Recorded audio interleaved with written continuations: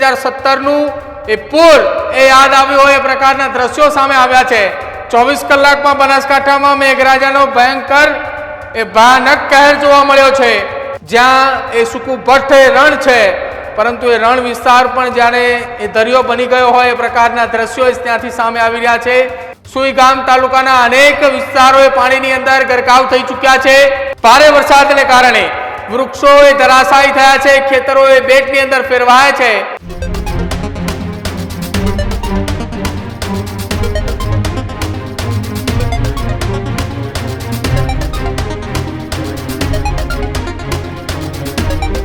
બનાસકાંઠાના વાવ પંથકની અંદર વરસાદે તારાજી સર્જી હોય એ પ્રકારના દ્રશ્યો સામે આવ્યા છે। સમગ્ર બનાસકાંઠા પંથકની અંદર છેલ્લા 24 કલાક કરતા વધારે સમયથી વરસાદ અવિરત વરસી રહ્યો છે। અવિરત વરસતા વરસાદને લઈ વર્ષ 2017નું એ પૂર એ યાદ આવ્યું હોય એ પ્રકારના દ્રશ્યો સામે આવ્યા છે। 24 કલાકમાં બનાસકાંઠામાં મેઘરાજાનો ભયંકર એ ભયાનક કહેર જોવા મળ્યો છે।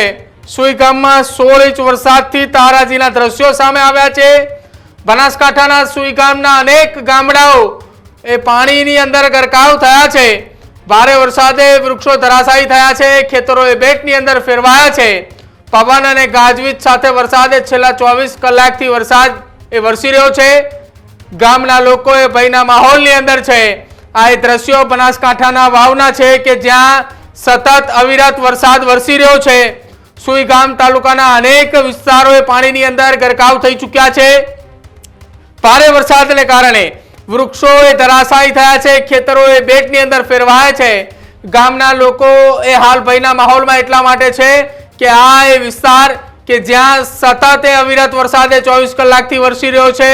24 કલાકથી વરસતા વરસાદને કારણે સુઈગામ બનાસકાંઠાની અંદર વર્ષ 2017ના પૂરની પરિસ્થિતિ ફરી યાદ આવી હોય, અપાવી હોય એ પ્રકારના દ્રશ્યો છે।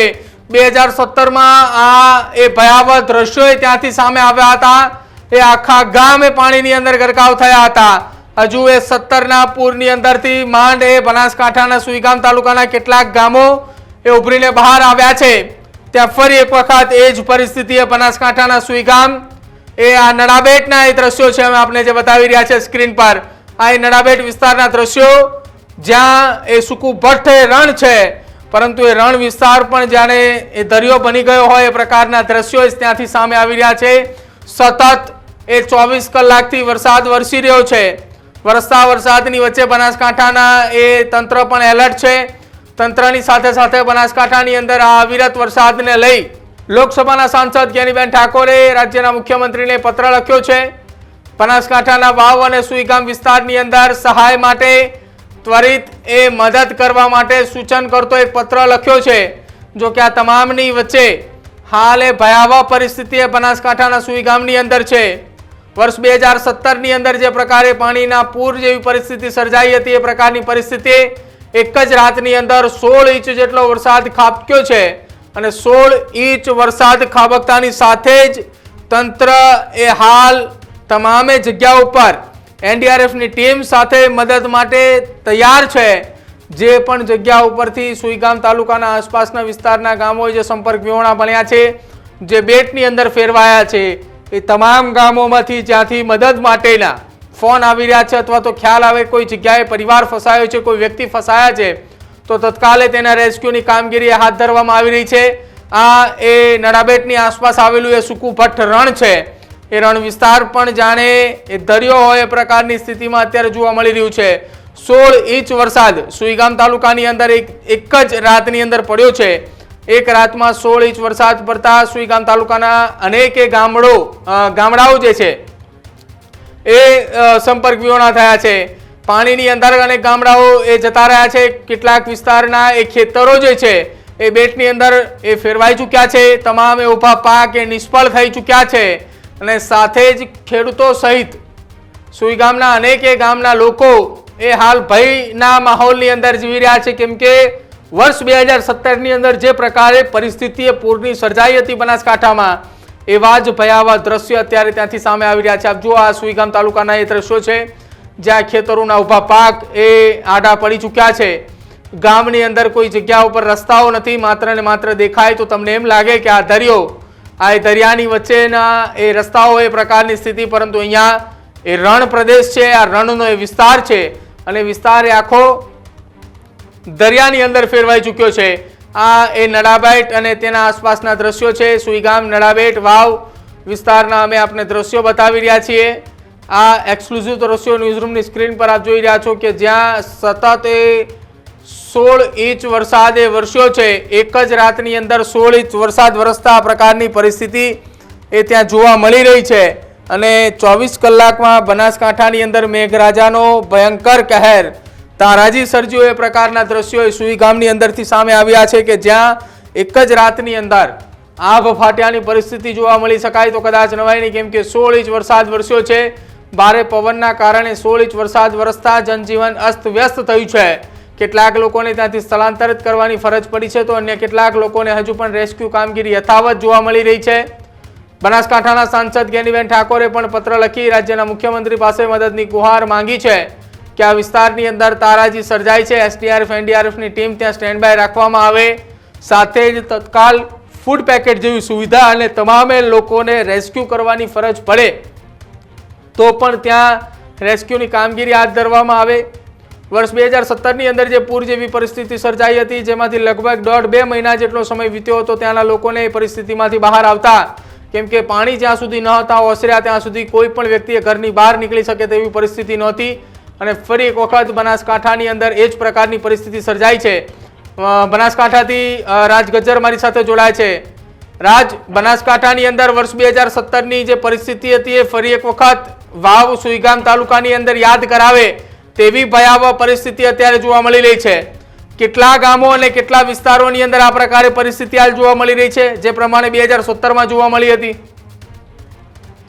બિલકુલ પ્રદીપ, જે રીતે 2015-17 ની પ્રતીતિ અને યાદ અપાવે એવી પરિસ્થિતિ હાલ સરહદી વિસ્તારની છે। થરાદ, વાવ, સુઈગામ, ભાભરમાં 13 ઇંચ, સૌથી વધારે સુઈગામમાં હાલ વિપરીત પરિસ્થિતિ છે। વહેલી સવારથી જે મારી ઉપર ફોન આવી રહ્યા છે, મેસેજ આવી રહ્યા છે કે એવા જે ગામડા છે કે અનેક એવા ગામડામાં કોઈ સંપર્ક થઈ શકે તેવી પરિસ્થિતિ નહીં, બધા જ રસ્તા બ્લોક થઈ ગયા। ચારે બાજુ સુઈગામથી વાવને જોડતો રસ્તો બ્લોક થઈ ગયો, તો સુઈગામથી ભાભરને જોડતો રસ્તો બ્લોક થઈ ગયો, સુઈગામથી રાધનપુરને જોડતો રસ્તો બંધ થઈ ગયો, તો સુઈગામથી નડાબેટને જોડતો રસ્તો, આ તમામ રસ્તા બિલકુલ બ્લોક થઈ ગયા છે અને સતત 48 કલાકથી એ વિસ્તારમાં વીજળી નથી, એટલે કહી શકાય કે ખૂબ જ પ્રભાવિત વિસ્તાર છે। હાલમાં ખેડૂતોની કપરી પરિસ્થિતિ, તમામ જે ખેતરો છે એ બેટમાં ફેરવાય છે। કેટલા ગામો જે છે અત્યારે સંપર્ક વિહોણા છે। ડિઝાસ્ટર મેનેજમેન્ટ દ્વારા માત્ર સૂચના આપવામાં આવે છે, ગ્રાઉન્ડ ઉપર અત્યારે કોઈ જ અધિકારી પહોંચ્યા નથી। વહેલી સવારે મારે એક મેસેજ આવ્યો કે એસપી સાહેબ હાલમાં થરાદમાં પહોંચ્યા છે, બાકી જે હાલમાં ખરેખર મહત્વની વાત તો એ છે કે વહીવટી વિભાગને આદેશ કરી દેવામાં આવવા જોઈએ કે પોતાના ગ્રામ પંચાયતના જે પણ તલાટીઓ છે એમને હેડક્વાર્ટર ના છોડવા આદેશ આપવામાં આવવા જોઈએ। આજે કોઈ પણ તલાટી એ ગામના વિસ્તારમાં પહોંચ્યો નથી, એક પણ વિસ્તારના તલાટીનો એક પણ સંપર્ક નથી થયો, કારણ કે મહત્વની વાત છે જવાબદાર તંત્ર અત્યારે આંખાડા કાન કરી રહ્યું છે, કારણ કે હવે જ્યારે પાણી અને ચારે બાજુ પાણી થઈ ગયું છે ત્યારે દોડવાની કોઈ જરૂર નહીં, આગોતરું આયોજન કરવાની જરૂર હતી, કારણ કે આટલો બધો વરસાદ આવવાની શક્યતાઓ હતી। હવામાન વિભાગે આગાહી આપી દીધી હતી, પરંતુ ઘોર નિંદ્રામાં હોય એવું દ્રશ્ય સામે આવ્યું છે। આજની પરિસ્થિતિ એવી છે કે હાલમાં ત્યાં કોઈ પણ કક્ષાના અધિકારીઓ ત્યાં સ્થાનિક લેવલે પહોંચ્યા નથી, કારણ કે સ્થાનિક લેવલે અમુક જે લોકોના મોબાઈલ ચાલુ છે એવા લોકોના મેસેજ અને ફોન આવી રહ્યા છે। કહી શકાય કે 48 કલાકથી જ્યાં વીજળી જ નથી ત્યાં મોબાઈલ પણ ચાર્જિંગ ન થઈ શકે, એટલે એવી પરિસ્થિતિ અત્યારે નિર્માણ થઈ છે કે એ લોકોના સંપર્ક પણ થઈ શકે તેવી પરિસ્થિતિ નથી। તો રાજ, આખી આ ઘટનાની અંદર તો જો છેલ્લા 24 કલાકથી આ પ્રકારની પરિસ્થિતિ હોય, ગત મોડી રાત્રે આખી લાઇટ નથી 24 કલાકથી, તો તંત્રનો સંપર્ક કેવી રીતે થઈ શકે? કેટલા લોકો ફસાયા છે, કેટલાનું રેસ્ક્યુ કરવાનું છે, અથવા તો કયા કયા વિસ્તારના કયા ખૂણામાં કેટલા લોકો છે એની માહિતી તો કેવી રીતે તંત્ર સુધી પહોંચશે? બિલકુલ ટેકનિકલ ખામી આવી રહી છે, ત્યાં સતત એ નેટવર્કનો ઇસ્યુ આવી રહ્યો છે। છેલ્લા 24 કલાકથી એ વિસ્તારની અંદર લાઇટ નથી અને વિસ્તારની અંદર એ રાજ ગજ્જર ત્યાં પહોંચ્યા છે, બનાસકાંઠામાં એ પત્રકારત્વ કરી રહ્યા છે, એ સતત એ ગ્રાઉન્ડ પર જોવા મળે છે અને આજે વહેલી સવારથી જ તેઓ ફરી એક વખત ગ્રાઉન્ડ પર નીકળી પડ્યા છે। જે વિસ્તારની અંદર અસરગ્રસ્ત વિસ્તાર છે ત્યાં તેઓ જઈ રહ્યા છે। તેમણે જે માહિતી આપી કે છેલ્લા 24 કલાકની અંદર એ સુઈગામના આસપાસના ગ્રામ્ય વિસ્તારોની અંદર સુઈગામ તાલુકામાં લાઇટ નથી, વીજળી નથી અને એ વિસ્તારની અંદર અધિકારીઓ હજી પહોંચ્યા નથી। રાજ, તમે એવું કહ્યું કે 24 કલાકથી લાઇટ નથી એ વિસ્તારની અંદર, કેટલાક ગામોએ સંપર્ક વિહોણા છે, ખબર નથી કેટલાય ગામની અંદર કેટલી વસ્તી હશે, કેટલા લોકો એ જગ્યા ઉપર અત્યારે ઉપસ્થિત હશે, અધિકારીઓએ કેવી રીતે સંપર્ક કરવાનો પ્રયત્ન કરશે? જિલ્લા પોલીસ વડા ત્યાં પહોંચ્યા છે સૌથી પહેલા તો? બિલકુલ પ્રદીપ, અત્યારે મારે 2 ગામથી એવા ફોન આવ્યા છે, એ પણ એ લોકો જે એ ગામના એ લોકો બહાર રહે છે, એમના મોબાઈલમાં બેઠ. બિલકુલ, તો રાજ સાથે સતત સંપર્ક કરતા રહેશું, કેમ કે રાજ ગજેર એ વિસ્તારની અંદર અત્યારે ઉપસ્થિત છે કે જ્યાં એ બનાસકાંઠાનો વાવ અને વાવના સરહદીય વિસ્તારની અંદર તેઓ પહોંચી રહ્યા છે, સતત એ ગ્રાઉન્ડ પર જઈ રહ્યા છે. તેમને પણ કેટલાક લોકોના ફોન કોલ આવી રહ્યા છે, 2-4 ગામના લોકોના પણ અત્યારે તેમને ફોન આવી રહ્યા છે. એ તમામ લોકો કહી રહ્યા છે કે અમારાથી અત્યારે કોઈ તંત્રના સંપર્કમાં નથી, તંત્ર અમારા સુધી પહોંચી નથી રહ્યું. જો આટલી વરસાદની આગાહી હતી તો એ ગામના કેટલાક અધિકારીઓ, તલાટી સહિતના અધિકારીઓએ ગામ ન છોડવા માટે સૂચનો આપવામાં આવવા જોઈએ, પરંતુ એ નહોતા આપવામાં આવ્યા. આ તંત્રની એ વિસ્તારની અંદર બાંધછોડ, એ બેદરકારી, જેના કારણે આ દ્રશ્યો જોવા મળ્યા છે. જિલ્લા પોલીસ વડા સહિતના તમામ અધિકારીઓ એ ક્યાં છે ખબર નથી, પરંતુ જિલ્લા પોલીસ વડા એકમાત્ર એ છે કે જેઓ થરાદ પહોંચી ચૂક્યા છે. થરાદથી તેઓ વાવ અને વાવથી સુઈગામ વિસ્તારની અંદર તેઓ સતત તેમના કર્મચારી અધિકારીઓના સંપર્કમાં છે. રાજ, જિલ્લા પોલીસ વડા એક પહોંચ્યા છે, બાકીના અધિકારી ક્યાં છે ખબર નથી. કેટલો સમય લાગશે હવે ત્યાંથી તમામ લોકોને રેસ્ક્યુ કરતા ને તમામ કામગીરી કરવામાં? જે રીતની પરિસ્થિતિનું નિર્માણ થયું છે કે રણ જે છે એ સમુદ્ર બની ગયું છે, આખો જે દરિયો બની ગયો છે. પહેલા પણ દરિયો હતો, પરંતુ માતાજીએ સૂકવી નાખ્યું હતું, એ જ પાણી પાછું આવ્યું.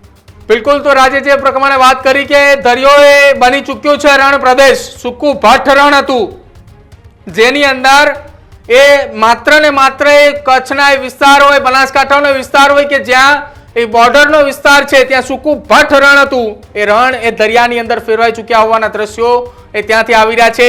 જેમ આપણે દ્રશ્યો બતાવી રહ્યા છીએ, નડાબેટ વિસ્તારના દ્રશ્યો છે, નડાબેટ બોર્ડરની આસપાસના દ્રશ્યો છે કે જ્યાં સૂકું ભટ્ટ રણ એ બની ચૂક્યું છે અને અનેક ગામડાઓ પાણીની અંદર ગરકાવ થયા છે.